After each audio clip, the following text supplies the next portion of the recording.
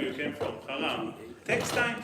So we were waiting 10, 20 minutes, half an hour, and there was only one lady over here. So I said to my wife, Baruch Hashem, you came, you know? I'm me, Tisha, giving shul for a lady, but you know, all of the Rabbanim said even for one person, it's worthwhile to give a shiur. And I said, Yalla, I'm Yotzei Yedei Chova, Bezrat Hashem, I'm giving a shiur for one person. So I'm sitting over here. Here was the kitchen, right? So I was sitting over there. I was sitting over there, giving the shiur towards that direction. And one lady sitting, it was two, my wife, she said, you know, so at least we had zimun. So we're sitting 3 people, and I'm giving the shiur. I called the president to invite me to come. I'm like, where is everybody before? Ma, they didn't come? I said, where are you? In Orlando. You remind me, because Roy Shrik is in Israel now, you know? So that I'm re-experiencing what happened. So I'm giving the shiur, and, you know, I figured the lady came special for the shiur. She wants to listen to the shiur. So I'm giving the shiur, and 20 minutes into the shiur, she said, Rabbi, I go, 1 second. He said, when is the shiur over? I'm like, what do you mean when is the shiur over? No, when is the shiur over? I'm like, you want me to finish the shiur? She said, I'm just a cleaning lady over here. So that was my first welcome to the Yitzchak community. So Baruch Hashem that we are able today to be here with, even though Roy is not here, but we have enough crowd. I got a call from Ophir right before the shiur if men and women can sit together. Somebody asked my father, a reformed guy, he said, you Orthodox have no respect to shuls. When we go to shul, we sit in synagogue with silence. We don't talk during the services. You guys going to shul and you're talking, and it's really shameful to see the way you act in shul. So what's better to be, Orthodox or Reformed? My father told him, you're missing the point. He said, when we are going to shul, we see our friends. We didn't see during the week. We're talking to each other. And unfortunately, we do the wrong thing. But when we see your friends and you didn't see for a while, you're talking. He said, when you go to shul, you sit next to your wife. No wonder you don't talk with all services. So here I think we have a separation, might be better. Because the biggest issue, what the topic is, Shalom Bait and Chinuch, or only... What's the topic? Nobody knows. Okay, I feel at home. Zugiyut and Shalom Bait. Okay, the biggest issue of Shalom Bait and Zugiyut, the only difference between Shalom Bait and Zugiyut, on Shalom Bait, they give the right elbow, and Zugiyut, on Chinuch yeladim, they give the left elbow. Like each one blaming each other. I told you, I told you. So in order to prevent that, I saved you from being like... Punch. You hear the Rabbi? And so at least Baruch Hashem you say. So let's start. Okay. So Shalom Bait and Chinuch, in a way, it's easy to combine. Why? Because all of the issues that we have with Shalom Bait count with midot. And the issues that we have with Chinuch come 90% with midot, 10% lack of knowledge. Which means 10% you can be taught maybe to educate your children properly. But the 90% is your midot. Shalom Bait is the same. 10% is tricks, you know, when to shut up, when not. But 90% is, by the end of the day, midot. So I want to take a pasuk of this week parasha that can give us a light on a relationship between husband and wife, and that will be also, we'll see it in Chinuch yeladim.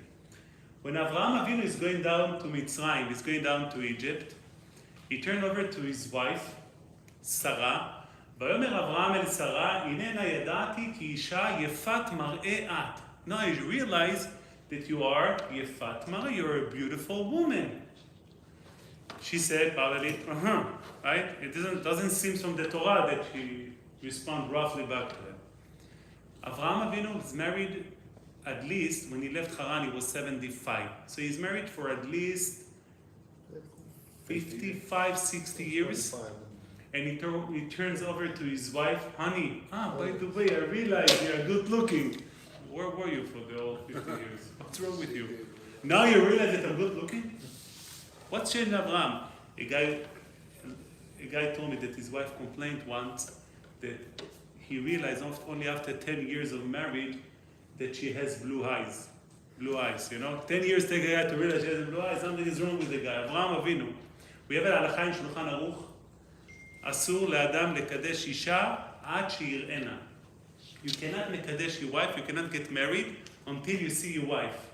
I don't know if Zoom will be enough to get married, but certainly you got to see her, נכון? So Avraham Avinu for sure saw his wife before he got married. So why is Avraham so shocked? Wow, הננה ידעתי, now I know, כי אישה יפת מראה, you're a beautiful woman. What's going on? Very interesting, the description of the Torah for Sarah, it's יפת מראה. There is another language of the Torah of יפת Torah. What's the difference between יפת מראה and יפת Torah? יפת Torah appears in the Torah in פרשת כי תצא למלחמה וראית בשביה, you're going out to the war and you're going to see the word אשת יפת Torah. The same translation, a beautiful woman. יפת מראה, you know where it's mentioned in the Torah? The word יפות מראה, יפות מראה. איווה, no, יוסן, הצדיק, אלי. יפות מראה ודקות בשר. The parot. The cows, the Torah described them, יפות מראה. So far we have Yosef HaTzadik is, I'm sorry, I jumped to Yosef. We have Sarai, Yefat Mar'eh. The woman at the war, she's Yefat Torah. The cows are the dream of Paro. It's Yefat Mar'eh. Yefat Mar'eh. There was one person who had both. Yosef HaTzadik. Yosef היה יפה תואר ויפה מראה. So he had both qualities, תואר and מראה. What's the difference between יפה תואר to יפה מראה?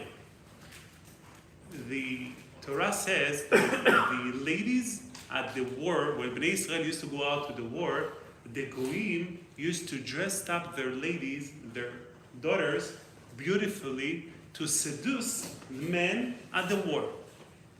Rashi said on Yosef, he was יפה תואר, היה מסלסל בשערו. He used to make up his hair. Meaning, יפה תואר means, תואר in Hebrew, it's a description. You make yourself to look on a certain way. That's יפה תואר. So those ladies at the war are יפה תואר. All of Madel's lady today, my Rosh Yeshiva's wife, the Rebbetzin, told us once that she saw a magazine, all of the models, ladies, without makeup. She said one was looking uglier than the other. Because they are yefot mar'eh. They're being dressed up in a way where they're going to look good. That's called yefot mar'eh. Yefot Torah, yefot Torah, it's a description of a beauty that's supposed to dress up to be like that. Yosef HaTzadik was yefeh Torah, meaning he dressed up on a way to appear outside to look good. Sarah was yefat mar'eh. What's mar'eh in Hebrew? Mar'eh, mar'ah. What's mar'ah? Mirror. Rashi says, the cows are the dream of Paro. They were yefot mar'eh. Why? It's a sign that at the time there will be a lot of food. People see each other. People are nice to each other, and they see each other in a positive way. Meaning, yefot mar'eh means that I am seeing into the other person the reflection of me.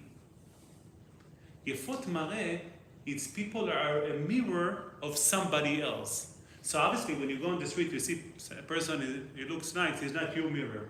He's a mirror of somebody else.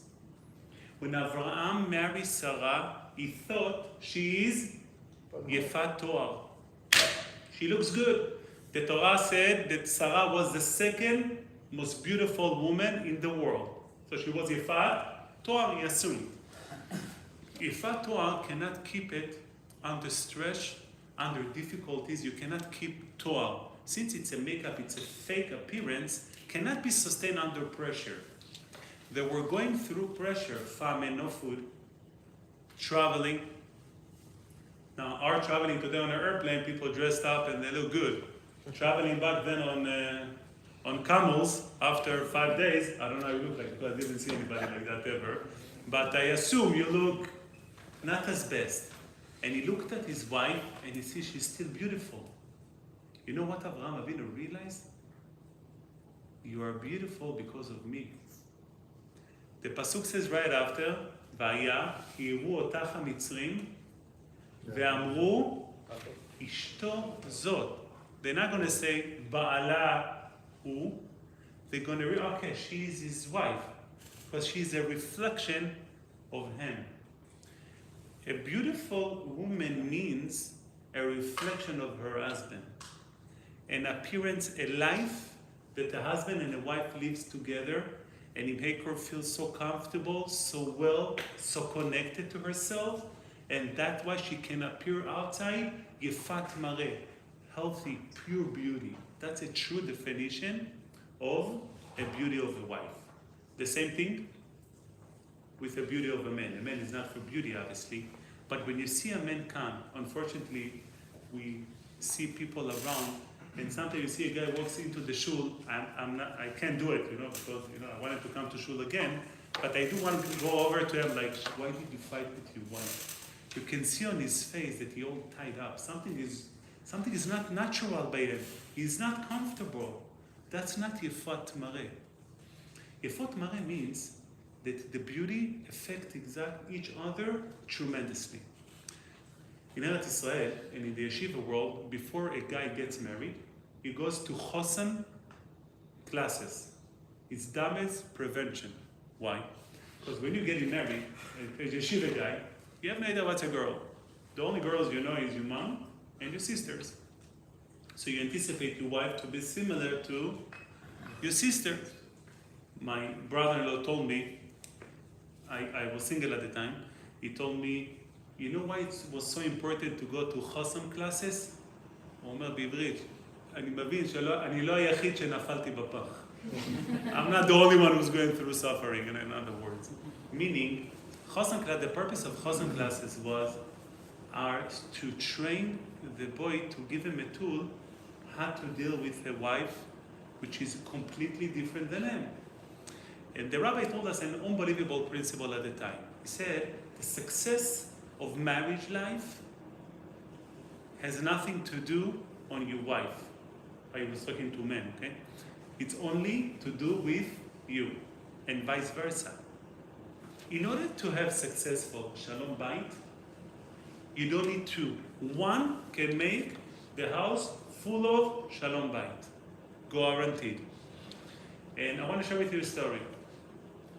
It's a story that I love the most because it really emphasizes and affects the understanding that we all try to blame our spouses.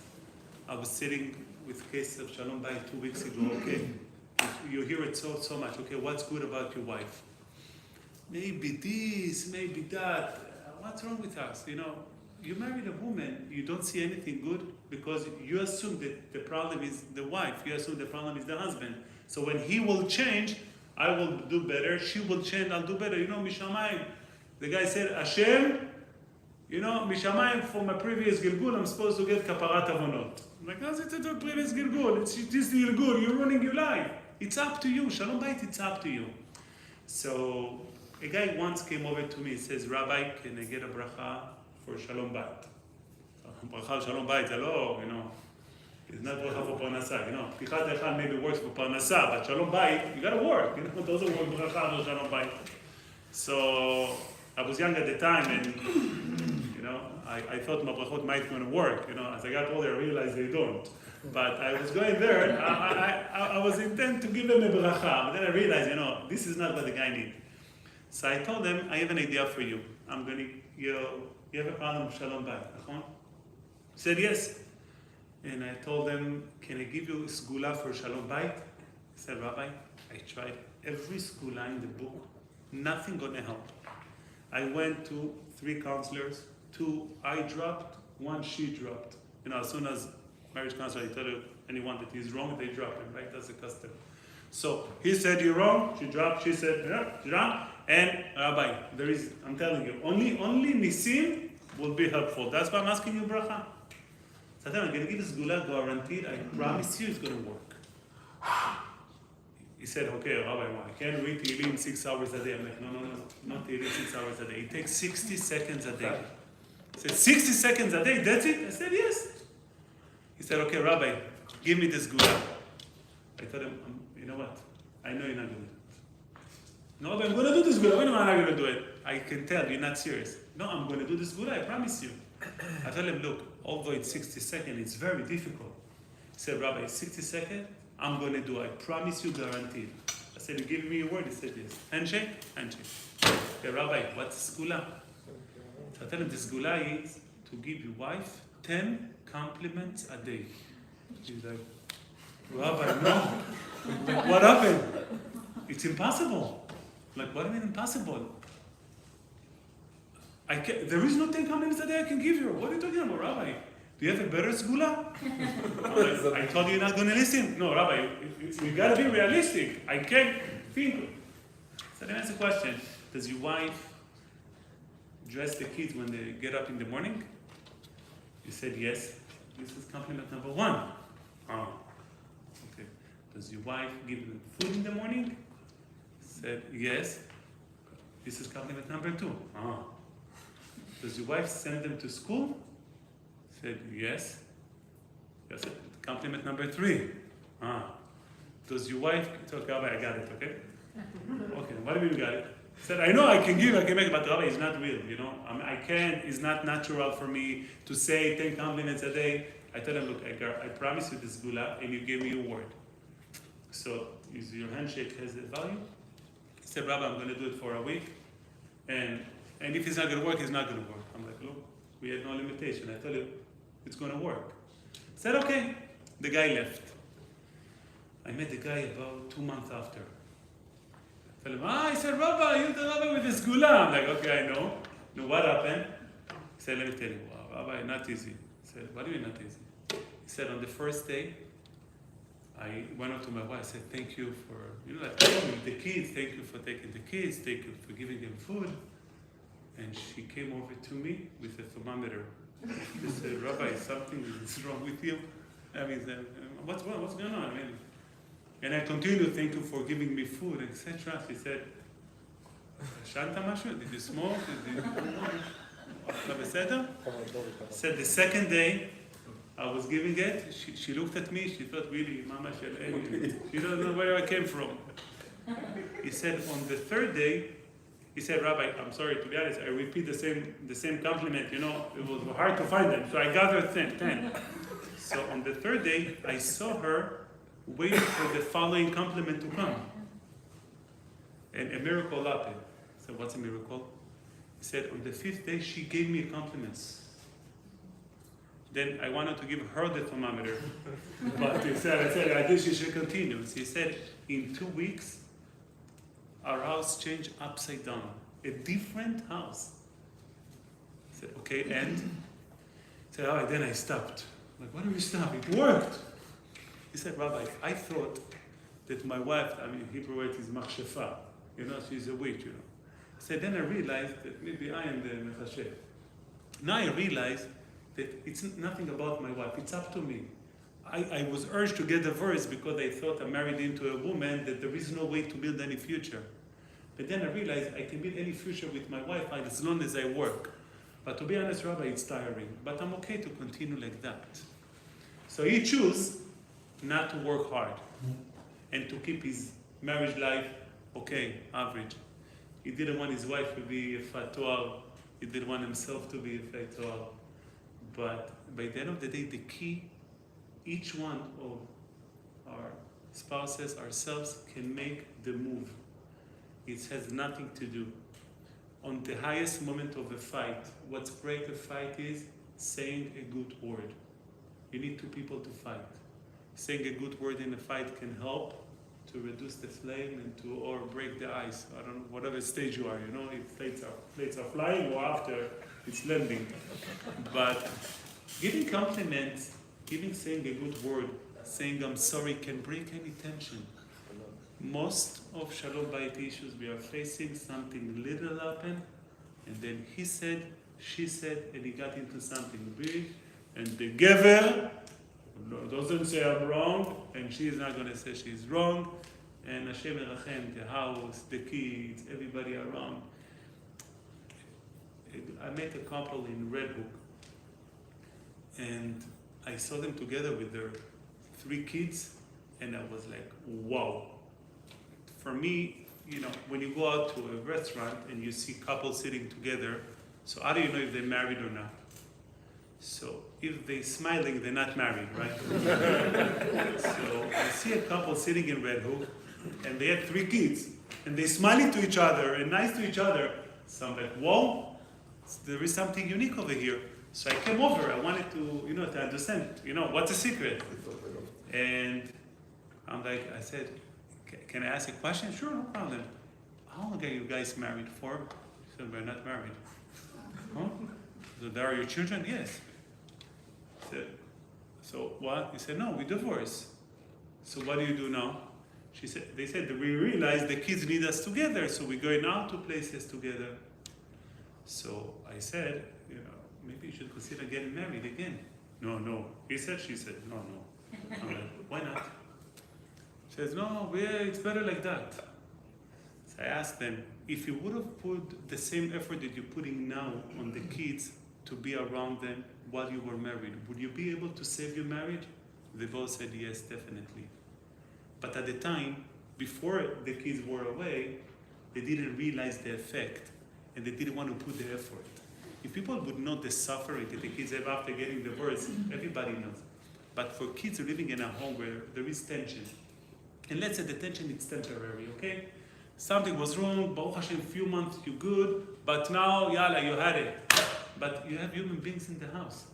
You have kids in the house. You have people around you. We are responsible for them. We owe it to them. They're not supposed to live under tension.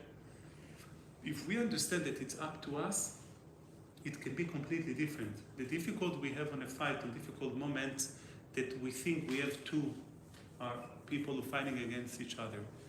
Each one of us needs to understand, I'm not fighting. Maybe I expressed difficulties, it didn't come out correct, I'm backing up. One side can do it. You say, I'm sorry, even though you get attitude on the other side, but they accept it. They knew you meant it. They knew you care for the family. Our life can be so smooth and so easy by making one little action when things are difficult. He had to give 10 compliments a day to save his marriage, but on our day, we need to maintain it. We need to try at least 1 or 2 compliments a day, if it's not too much, but when things are difficult, we have a responsibility to say that one statement. Because if your spouse is fighting with you, it's your fault. Every spouse thinks that when my husband was fighting with me, he is at fault. You need 2 people. We are mirror. If there is a fight, even though you're right, you are at fault. Because if you're in a fight, it's your fault. If you understand you are at fault, you have the responsibility to break the fight. It doesn't come whether you're right or you're wrong, which is where most of the issue. We all think we are right. Because at every fight, every person thinks he's right. Right or wrong is not the issue. Are you at fault in this fight? You are a mirror, you are at fault. If your wife got angry at you, that means, not because suddenly a button popped up to be angry. You act in a certain way, you behave in a certain way, you did something that triggered that, you are at fault. You cannot see that, you cannot understand. If your husband acting כמו משוגע, he came back from work all angry, מה, הוא לא אכל ארוחת ערב, didn't eat, that's why I acted like that. You can have one of the excuses, but it's you are the mirror. When we understand that every action of our spouse, it's us, it's much easier. When we define it as 2 different worlds, it's you and me, now you acting that is me, but if your spouse came over to you and initiated whatever, any way you act, and as much as you think it's bad, you have to understand it's coming from you.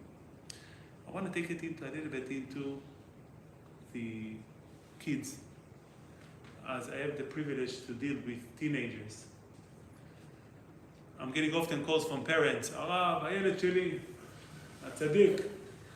Once I went over I used to teach in the yeshiva, where I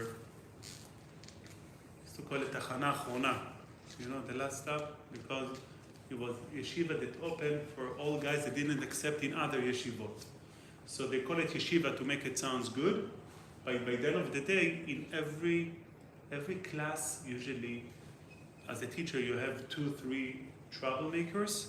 And over there, we had them all of them in one room. So you can imagine how creative we had to be to teach.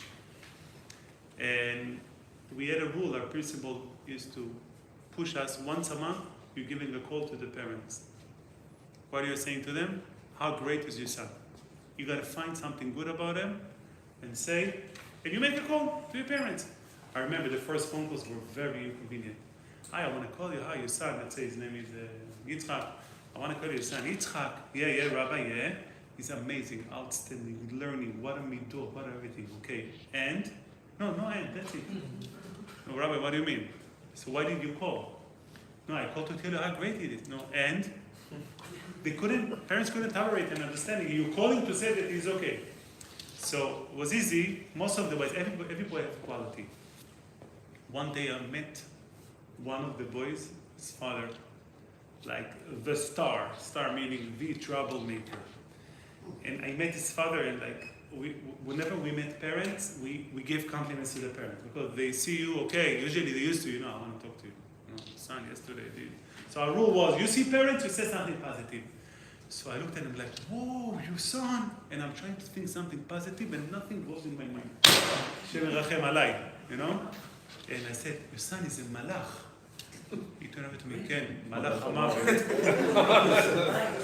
This is an expression of, he thinks he's a malach, but he's malach hamavet. So I'm getting those malach hamavet phone calls here and there from parents, my son, Misha Berach about the son. And they think because we deal with teenagers, we have a pill you take and everything is okay. So Rabbi, what should I do? So 99 maybe even 100% of the phone calls goes the following. Says, Rabbi, I want to talk to you, my son, the way he talked to me, the way he talked to my wife, chutzpah. Sometimes the conversation goes all the way to the left. He was almost hit my wife, or he pushed me, or he did, and he acting, and he doesn't listen, doesn't behave. All of the chutzpah that he has. And I'm always responding back, I have a solution for you. Oh, Rabbi, what's the solution? Just talk to him nicely. Rabbi, what do you mean? No, talk to him nicely. Did he talk to you? Did my son talk to you? Like, no. So how did you know?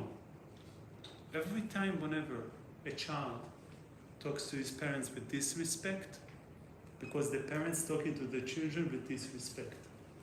It's a giving formula. There is no way to change it. If you're talking to your child in a harsh way, he will respond to you back on the same way you're talking to him.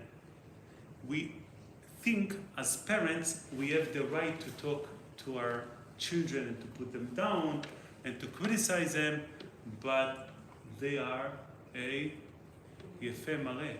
They are our mirrors. The way we're talking to our kids, the same reflection we have back, they're going to talk back to us.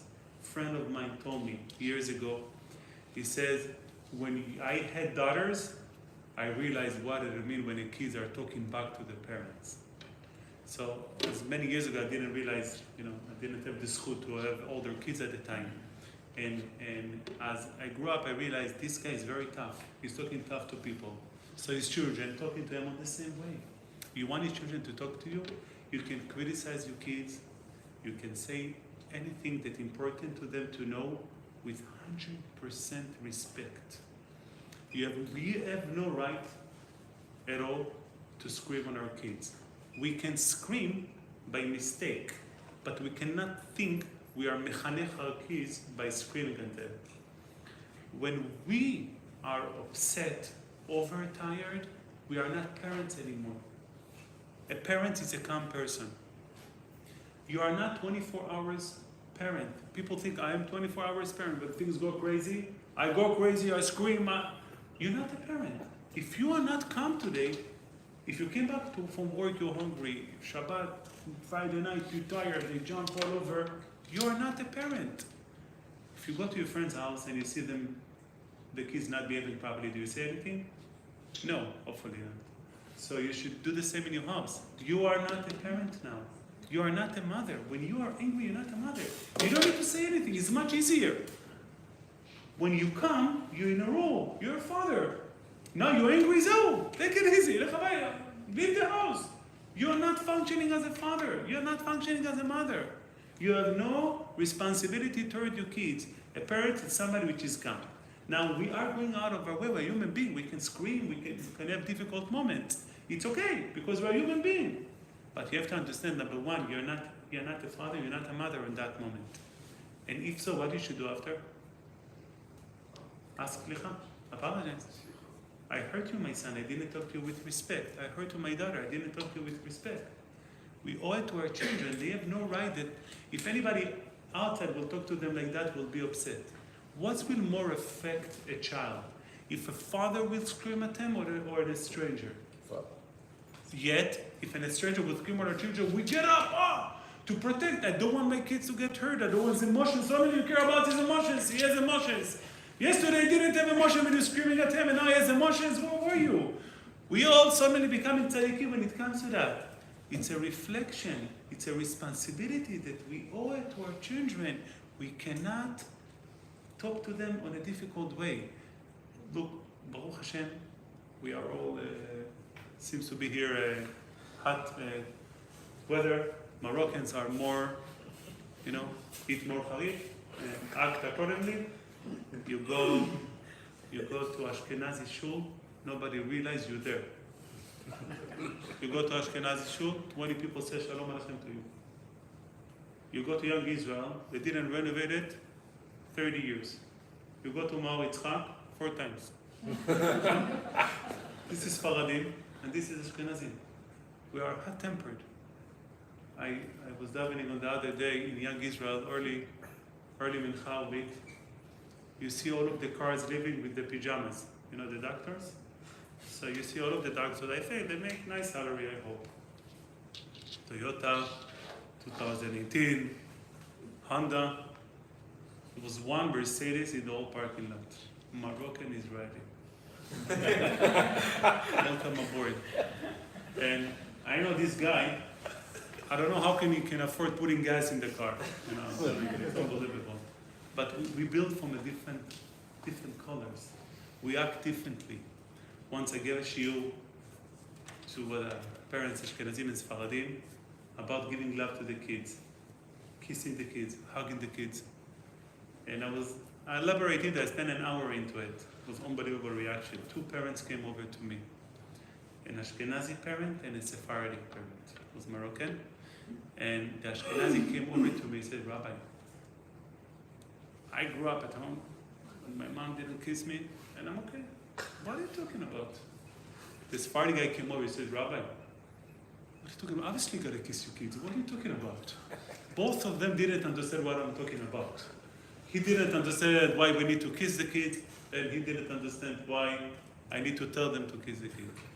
But we need to find a balance. Since Baruch Hashem, Sfaradim intend to be hot-tempered, Sfaradim, if the person gets aliyah, and I was once, I don't know if you realize, do Ashkenazim selling aliyot?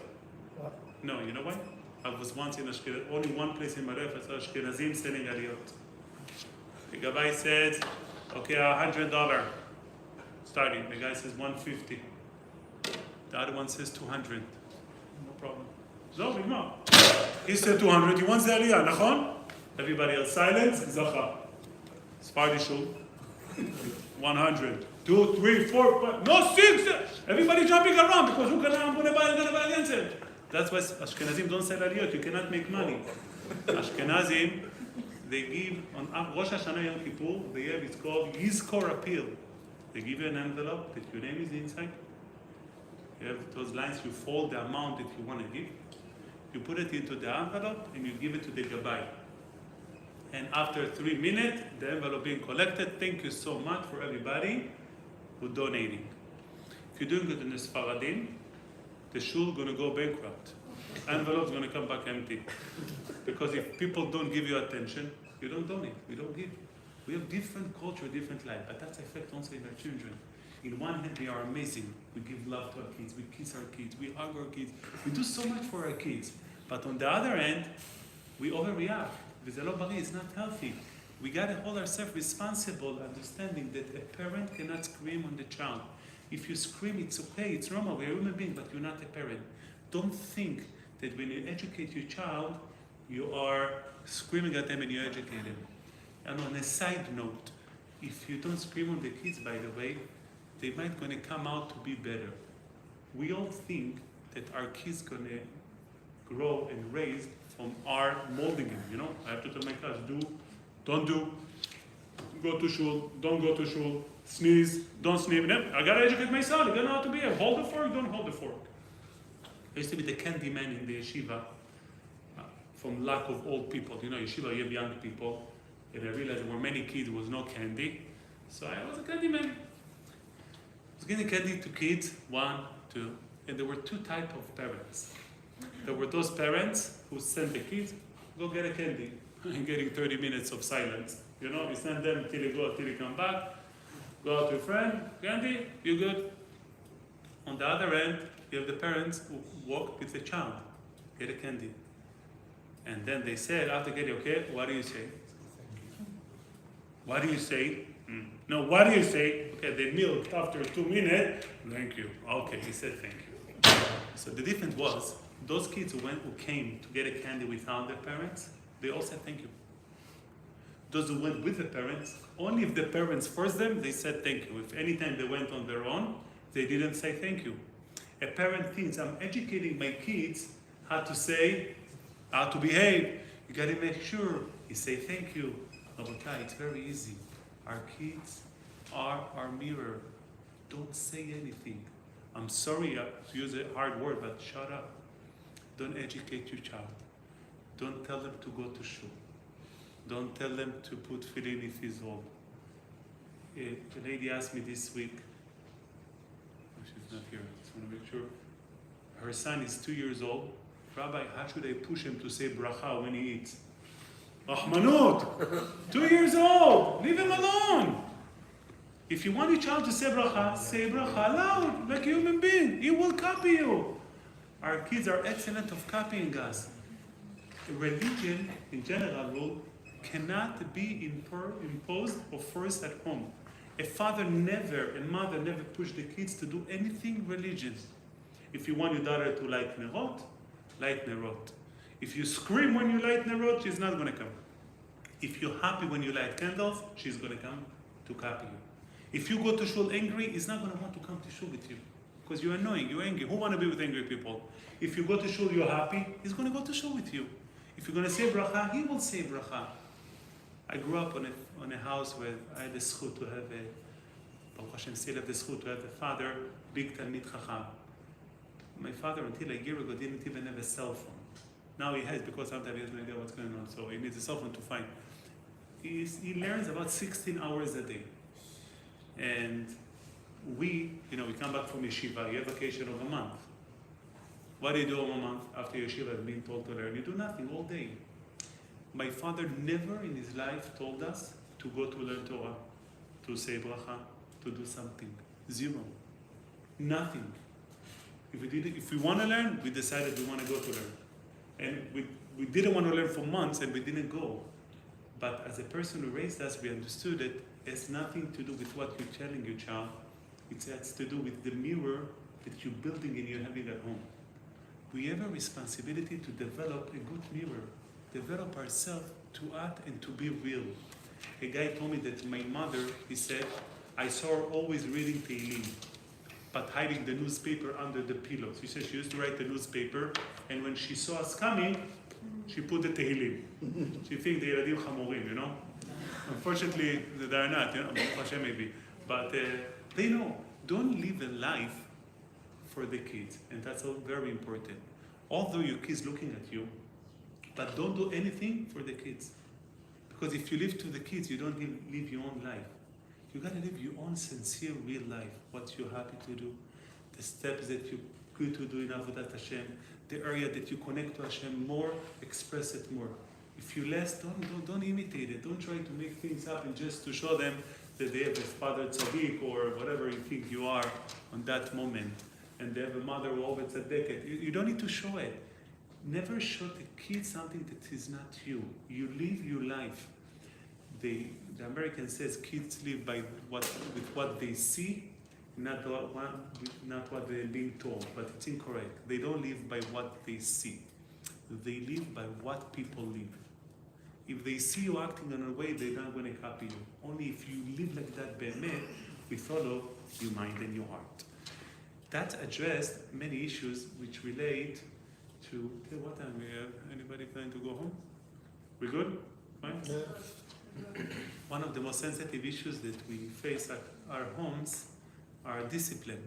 Nachon? How do you discipline your child? So often we blame our kids to difficult kids and non-difficult kids. When I used to teach, we used to wait for the parent-teacher conference, the first one at the beginning of the year. Because you have a child and you have issues, you have problems, you're trying to deal with them, you don't know what to do. And then you meet the parents and you see, this is the problem. When you see the parents, usually,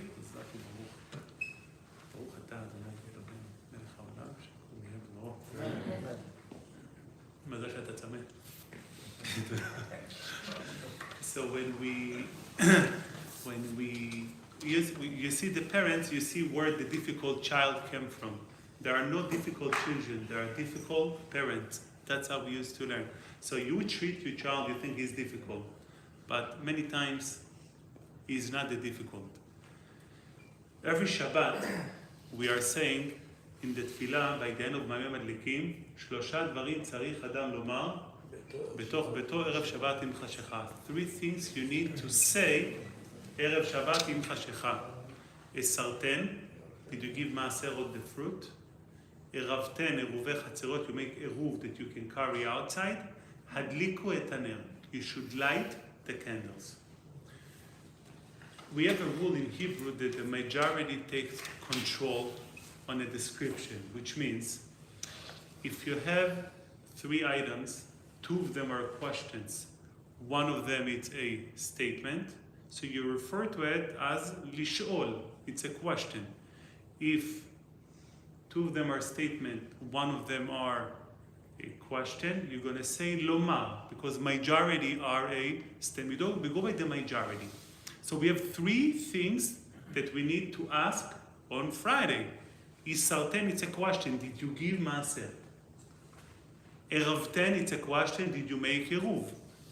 Adliko etaner, it's a command, go light the candles. So majority, it's a question, and 1, it's a command. So if you would have write the Mishnah, you would have said, 3 דברים, 3 things, צריך אדם לומר. Majority, it's a, I'm sorry. צריך אדם לשאול, a man need to ask. But we say, 3 דברים צריך אדם לומר. Why is it לומר? You're asking questions. The majority is asking questions. Why it's called לומר? We all facing the following issue everywhere in our life. We are facing it in work, with children and everything. We're telling our employees to do something. And do they do it? The minhag medina, custom is not to do, right? You ask an employee to do something, he doesn't get it done. You go over, no, ma kore, you got it? I'm going to get it. Eventually you will. Some bosses says, we cannot find good employees. You go to a restaurant, somebody told me, an Israeli guy, כל המלצרים שלי dyslecting. All of my waitresses are dyslexics, they're all horrible. On the other end, I was in a restaurant, the same meltzarim, the same waitresses, for 10 years. So are they all dyslectic or not? What's going on over here? Very simple. When we give a command to any worker, we're giving them a message, how do we expect them to respond back to us? Which means, if I'm telling my secretary, I need you to give me a report by Monday. First comment. On Monday I go to her, I says, where are my report? So usually people, I'm sorry, I didn't get it. Okay, when are you going to do it? I'll get it done tomorrow. Tomorrow, I'm sorry, next day, okay, by Thursday I'm going to have it. But if I approach my employees in a different way, on Monday when the reports are due, where are my reports? You can say, I don't have it. What do you mean I don't have it? But I told you to give it to me on Monday. No, I was busy. Of course, there was other things to do, but I told you to give it to me on Monday. I'm sorry, I didn't know I could, but I told you to give it to me on Monday. Okay, I'm going to give it to you tonight, okay? It's got to be on Monday. If I'm going to act to her like that, what's going to be my next report question? Am I going to get it on Monday or not? For sure, no naimla. Which means, the difference between the employee who's giving it to you on Monday, who the employee who doesn't give it to you on Monday, is the same employee. The question how you ask it, and what's the message you're giving it to him? If on Monday you go, did you got the report ready? You're giving a message.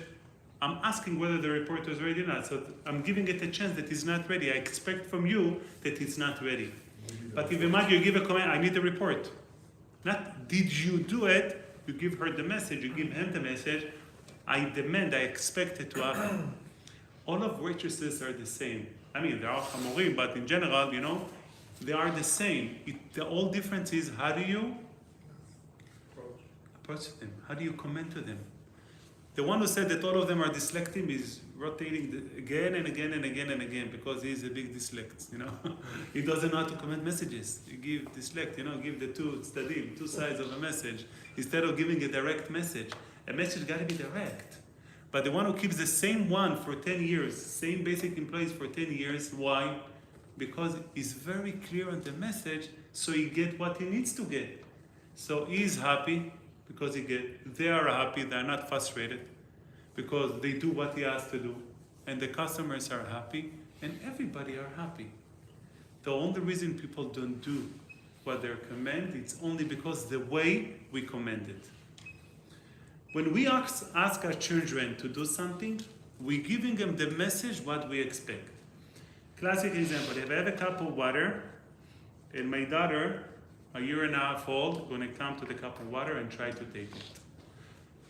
A kid, 2-3 years old, try to take the water. So what do? Don't touch it and we move the water, nachon? So when I said don't touch it, I gave a command. When I removed the water, I said, I expect you to touch it. You're telling your child, don't jump. If you're going to jump, I'm going to do to you this and this. So you're giving it, by the way, I expect you to jump. And I'm going to tell you what will be the consequences. So you're giving him the message, I expect you to jump. But if you say, don't jump and that's it, if you tell the child, don't touch if you train a child not to touch the cell phone, don't touch, and you don't move the cell phone, you do it again and again. At the beginning, it's a little bit hard, but you train a child. When I say, don't touch, I don't expect you to touch it. Taking it slightly to the practical level, when you're showing a child that there is a consequence when he touched it, he knows that he meant that, You explain it. You're sending your kids to go to sleep. Every parent's facing this situation. How can you send to go to sleep on time? It's very simple. The way we give the messages, it's incorrect. We tell them at the beginning, go to sleep. After 3 minutes, go to sleep. After 8 minutes, go to sleep. I told you to go to sleep. After half an hour, go to sleep, what's going on with you? After that, go to sleep! Okay, now you ask, I'm going to go to sleep. A child knows that when she go crazy, that's me. You meant that, okay? Now I know you ask. Everything at the beginning was preparation for the demand.